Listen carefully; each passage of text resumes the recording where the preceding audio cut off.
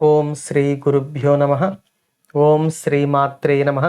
శ్రీ లలితా సహస్రనామ స్తోత్రంలోని 979వ నామంగా అమ్మవారిని జ్ఞానముద్ర అని వసిన్యాది వాగ్దేవతలు కీర్తిస్తున్నారు.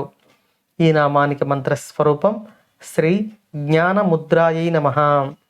అమ్మవారికి అత్యంత ప్రీతికరమైన జ్ఞానముద్రను ఈ నామంలో వసిన్యాది వాగ్దేవతలు మనకు తెలియచేస్తున్నారు.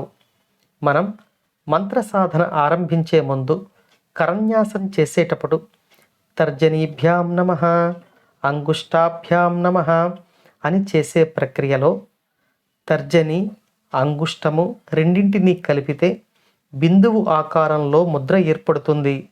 దీనిని జ్ఞానముద్ర అని చెబుతారు. ఇందులో తర్జని జీవాత్మకు ప్రతీక అయితే అంగుష్టము పరమాత్మకు ప్రతీక అవుతుంది.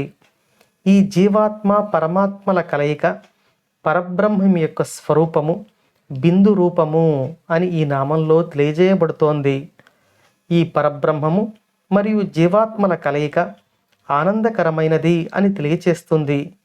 కాబట్టి జ్ఞానమును ఆనందాన్ని ప్రసాదించే జ్ఞానముద్రాదేవిగా ఈ నామంలో అమ్మవారు మనకు దర్శనమిస్తూ ఉన్నారు. అన్ని ముద్రల కన్నా ఈ ముద్ర ఉత్తమమైనది. దక్షిణామూర్తి ప్రదర్శించే ఉత్తమమైన ముద్ర ఇది. పరబ్రహ్మము యొక్క తత్వమును ఈ ముద్ర ప్రతిపాదిస్తుంది. జీవ బ్రహ్మైక్యాన్ని ఈ ముద్ర చాటి చెబుతుంది.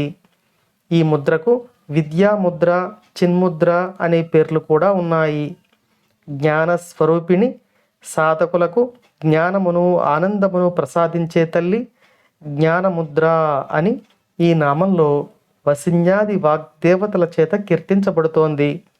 అమ్మవారి అనుగ్రహం మనందరిపై ఉండాలని కోరుకుంటూ ఓం శ్రీమాత్రే నమః.